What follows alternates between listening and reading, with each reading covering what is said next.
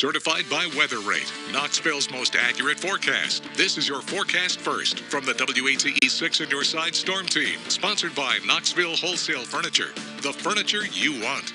Boy, what a beautiful evening across East Tennessee. If you didn't think so, it's summertime out there, but yeah, a little too cold for that. But look at the sunset on the horizon and few fair weather clouds and no precipitation showing at this time. There's a slight chance for a flurry, slight chance for a shower over the next couple of days. Other than that, we're going to get you all the details as the news continues now. Serving the people of East Tennessee. WATE 6 on Your Side News at 6 starts now. Right now at 6, Pruitt is out. The University of Tennessee has fired head football coach Jeremy Pruitt after 3 seasons with the team. Accordingly, today, Athletic Director Fulmer and I agree that we have no choice but to move forward with terminating Coach Pruitt. And the search begins for a new athletic director after Vol legend Philip Fulmer announces plans to retire. I'm 70 years old. I am not going to be the athletic director at age 80.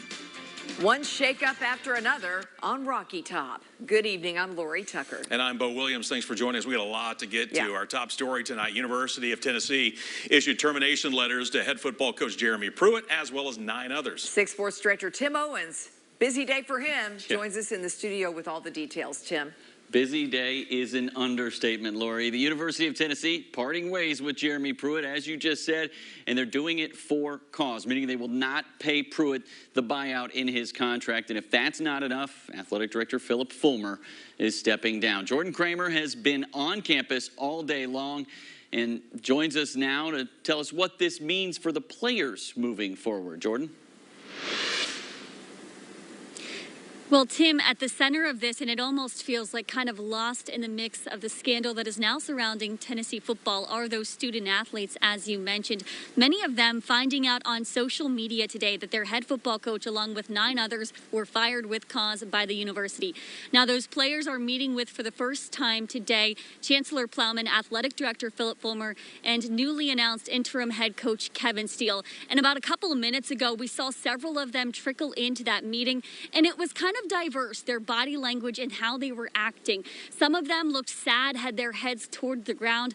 Others kind of walking in very businesslike, and still others come past me and were joking around saying, "Hey, you alive yet?" And I do think that that leads into the confusion that they feel. They've been left in the dark really until this point in time, and it will be very interesting to see kind of the backlash of this and how that results and impacts Tennessee's football roster. Of course, Philip Fulmer told media today he still truly believes that this is a great place for student athletes to be, despite all the turmoil that they are currently facing.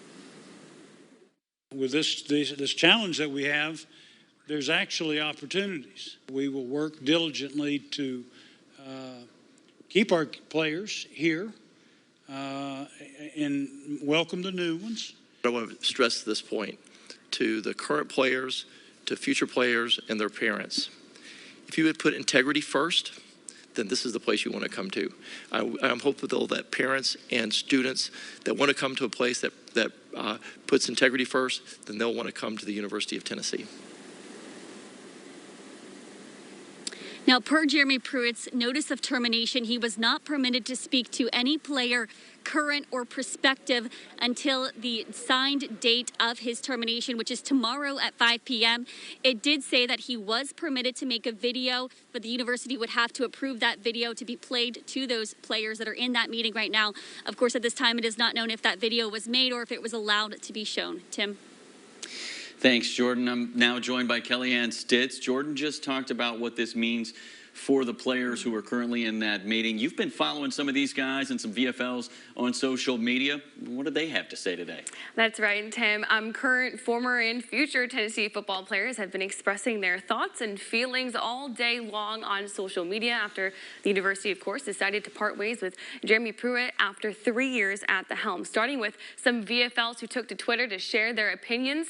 Former offensive tackle Juwan James, who played under Derek Dooley and Butch Jones, calling for former Tennessee head coach Lane Kiffin and VFL and Kingsport native Tom Edwards, responding with that with this tweet saying he was all on board for the Lane Kiffin train. Former linebacker Jonathan Kongbo saying, wow, didn't expect that this morning. Former middle linebacker Daniel Batuli, who played under Pruitt his junior and senior season in 2019, said, you know, just tweeting some emojis with the mad face. Last time I talked to him this past summer, he praised Pruitt and his leadership. Now, I also talked to VFL Herman Lathers, who knows what it's like to play under multiple head coaches, and I'll have more from him and his response to Jeremy Pruitt's firing coming up in sports, and again, what he thought on the news. But first, let's send things over to 6 on Your Side reporter Christy Crawford. She's live in Market Square tonight hearing from fans.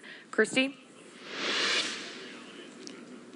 Kellyanne, not one single person I talked with today wanted to see Pruitt stay. They said that he was a good person, but they didn't think he was a good coach. And even though most teams probably had a tough season because of all of these COVID-19 restrictions, they say that for Pruitt, it was they didn't like his plays and they didn't like his choice of quarterbacks. Now, they say, if anything, the violations that UT mentioned were more of a reason for Pruitt to be let go. He deserves to go. We don't want to deal with any of that. So that just makes us look bad. So, yeah, he deserves to go. I feel like it casts a shadow that's not necessarily representative of the football program as a whole. More his, I don't know, not criminal, but a little shady decision-making. It hurts a little bit to see him leave in such a way, but if it's necessary, bring it on. Now, fans would like to see Hugh Freeze as the next coach, or one person even mentioned Nick Saban, but of course we would all like to dream like that, wouldn't we?